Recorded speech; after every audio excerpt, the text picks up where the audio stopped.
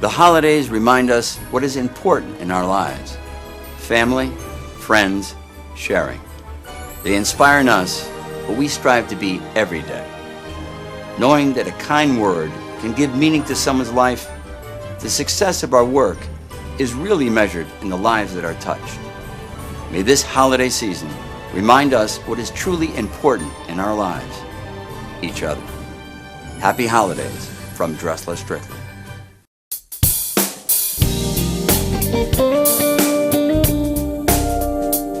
Hi, I'm Nyesha McCauley, and you're watching AccessTV.org. Dedicated to the only serious choice, the gospel of Jesus Christ through music and the spoken word. You're watching Light Source Victory Television live with me, your host, Pastor Nyesha McCauley, inviting you to sit back and relax for the next 8 minutes as we continue our journey into the life-changing, life-giving, everlasting word of the Most High God. Yes, my friends, it is indeed time for the most important 8 minutes of the day, Bible study. Now, of course, yes, it is my Bible study time that I spend with you. We do it each and every day right here at AccessTV.org. Facebook, Pinterest, LinkedIn, Twitter, and what else? Google Plus, and other social media networks around the world as we broadcast, of course, live from the greatest city on earth, Hartford, Connecticut, New England's rising star. Now, of course, I say this every day. It sounds like a mantra, and I guess for all practical purposes it is. But we have new viewers every day who have no idea what this is. So, like I said, it's my Bible study time that I spend with you. I try to encourage you to take 8 minutes out of your day to have Bible study. So whether you're having an up day, down day, good day, bad day, all around day, take 8 minutes out of that day to study this, the life-changing, life-giving, everlasting word of the Most High God. On your TV screen, this is where we were when we were last together, which of course was yesterday. John chapter 3, verse 16. We went through this, so we'll pick it up right here and move our way forward to verse 20 where we left off. For God so loved the world that he gave his only begotten Son, that whosoever believeth in him should not perish, but have what? Everlasting life. Now, as you recall, Nicodemus had come to visit Jesus by night, under the cover of darkness, to ask him what he was, kind of like who he was, kind of like verifying for himself, for the mucks up in Jerusalem, the Pharisees. And so he had said to him, we know that thou art a teacher sent from God because of the miracles that you do, and the things that you do no man could do except he be sent by God. That statement is profound because it means that there's an understanding among the circle of people who are looking in that this person is sent by God. Now, to deny him means that you're denying something that you know. You choose to be deceived. You choose to believe the lie over the abundant truth that stands before you. And nothing really changes.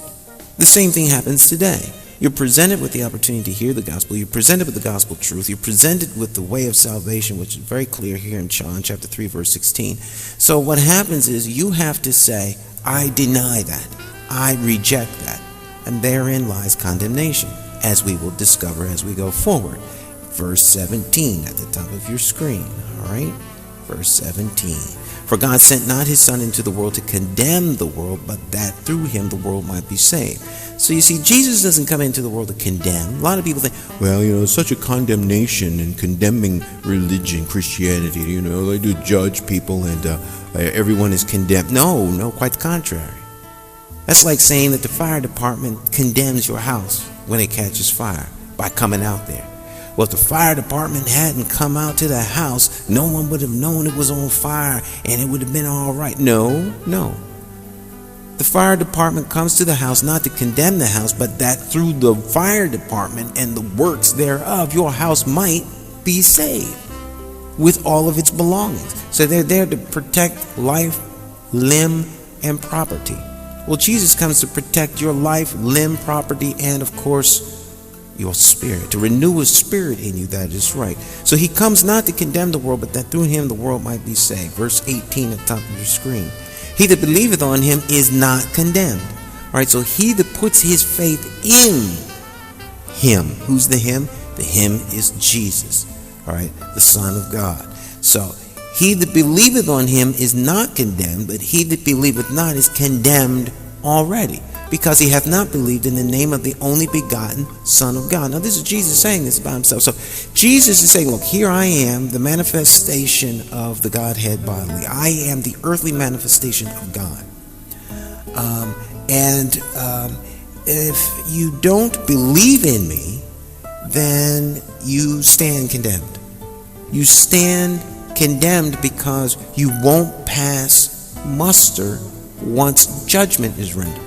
Because the price for sin is death. Now, the Pharisees knew this. That's why you have the sacrificial offerings. That's why there's this whole Passover. So, you know that the death angel passes over. All of these things that point toward the need for redemption. So there's an understanding that sin brings forth death. So everyone is condemned already. That's what Jesus is trying to explain to Nicodemus here. All right, verse 19, top of your screen. And this is condemnation, that light is come into the world, and men love darkness rather than light, because their deeds were evil. For everyone that doeth evil hateth the light, neither cometh to the light, lest his deeds should be reproved. All right, so if you come to the light and people can see the deeds you do, then they can see what you're doing. It's sort of like the most dangerous thing in a courtroom where criminal activity is being weighed is truth. That's why people will go out of their way, criminals, okay, liars, thieves, rapists, robbers, killers. They'll go out of their way to kill somebody who has the truth, because the truth will make void their lie. Okay, a lie is the absence of the truth. Darkness is the absence of light. Okay, so if one prefers darkness over light, then you have to find a way to keep light out. So where light comes, it makes void darkness. It eliminates the darkness. So men don't want their deeds to be seen in the light, because everyone will know exactly what they're doing. Verse 21. But he that doeth truth cometh to the light, and his deeds may be made manifest, that they are wrought in God. See, the godly have no problem letting their deeds be seen, even if they are to be persecuted, killed, tortured. They don't mind. Why? Because God gets the glory. To live is Christ, to die is gain. So there's no problem in the world seeing the deeds that we do for Christ. Yet on the other hand, the ungodly and the worldly, they hide all of their evil deeds. They connive in back rooms. They then cut little deals here, and then they lie to this person and lie to that person, and they go out of their way to make sure that they can manage the lies. Okay, a lot of the corruption and criminal activity you see is lie management. It is not easy to manage lies at the level that they're at these days. All right. So, he that cometh to the light, he does so, right? He that doeth what? Truth comes, or cometh in the Old English, to the light, that his deeds may be made manifest. In the light, the deeds you do all see. And then when they see them, they see that they are wrought in God. Amen? Okay, verse 22, top of your screen. After these things came Jesus and his disciples to the land of Judea. And there he tarried, the Old English word for wait. All right. There they waited, or tarried with them, and baptized. Now, what do you think he was doing? Now, as baptizing happens, all right, because Jesus is not actually doing the baptizing, because he says later on, I thank God that I baptize none of you. But nonetheless, the baptism comes as an outward sign and a manifestation that one is embracing the truth of who Jesus is. So there are these big crusades, if you will. There's this big human activity where people are starting to crowd around and come to hear Jesus speak and listen to his message, and then as a verification, as a sanction to me receiving what that guy's talking about, I'm going to go out and I'm going to go into this water, and I'm going to be ceremonially purified in the name of what he is doing, what he is standing for. I'm going to accept and believe what he is saying. And so as a rite of passage, as an initiation into his truth, I'm going to be baptized. That's what baptism was all about. Okay? And so verse 23 says, and John also was baptizing in Aenon, near to Salim. I think that's how you would say that. Because there was much water there, and they came and were baptizing. Verse 24, top of your screen. For John was not yet cast into prison. Then there arose a question between some of John's disciples and the Jews about purifying. Okay, or baptism. This is what the baptism process was all about. It was a purification process or an initiation. So that's really what baptism is. Verse 26, top of your screen. And they came to John and said unto him, Rabbi, he that was with thee beyond Jordan, Jesus, the guy who comes to take away the sins of the world, okay, this storyline as we go down, that's where we are, to whom thou bearest witness, behold, the same baptizeth, and all men come to him. That's starting to sound like churches. You know, pastor, they done built that new church on the corner, and it seemed like folk just going over there more than they coming here. What are we gonna do? But that's really kind of the attitude that goes on, and that happens today. All right, as though there's a competition for individuals.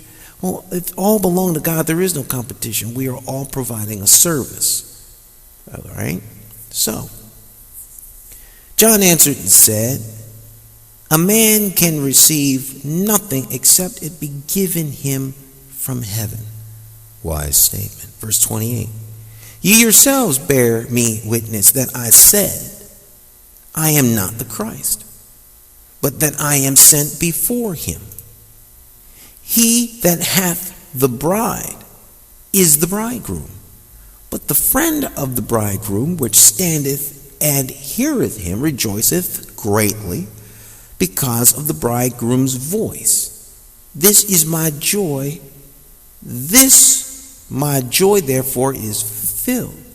He must increase, I must decrease. Verse 31 at the top of the screen. He that cometh from above is above all. He that is of the earth is earthly, and speaketh of the earth. He that cometh from heaven is above all. And what he hath seen and heard, that he testifieth, and no man receiveth his testimony. Verse 31. He that hath received his testimony hath set to his seal that God is true. For he whom God hath sent speaketh the words of God, for God giveth not the Spirit to measure, or by measure, unto him. The Father hath loved the Son, and hath given all things into his hand. He that believeth on the Son hath everlasting life, and he that believeth not the Son shall not see life, but the wrath of God abideth on him. Now, it's interesting the lessons that are being taught by John to his disciples about Jesus and those who are baptizing in his name. Because John must decrease. See, it's not about you. It's not about me.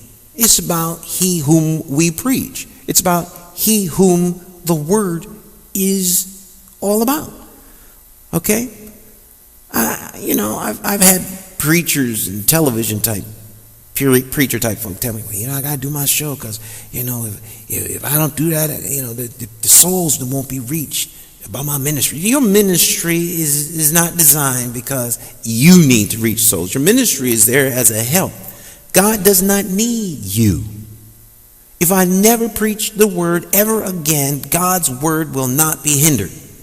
It will not be stagnated because God is greater than me. His Spirit is omnipresent. The Spirit of God draws people nigh. All right, so the word is not hindered because of us. Quite the contrary. 9 times out of 10, we get in the way of the word. And in spite of us, God still is able to use us to take out the word. I'm way over by 8 minutes, my friends. So at that, we're going to leave. We'll come back tomorrow and we'll pick it up again. Let this resonate. If you found something in this that was helpful or beneficial in your spiritual growth, then do your part in this ministry and share it with friends and family. Remember, watch it, like it, share it, and do it as often as you can. That's the offering here. We don't accept your money. We expect you that have been ministered to by the word to spread it with friends, family, and foe. We'll see you tomorrow right here at accesstv.org. Watch all the great programming that comes on here and next and on all the channels. Bye-bye.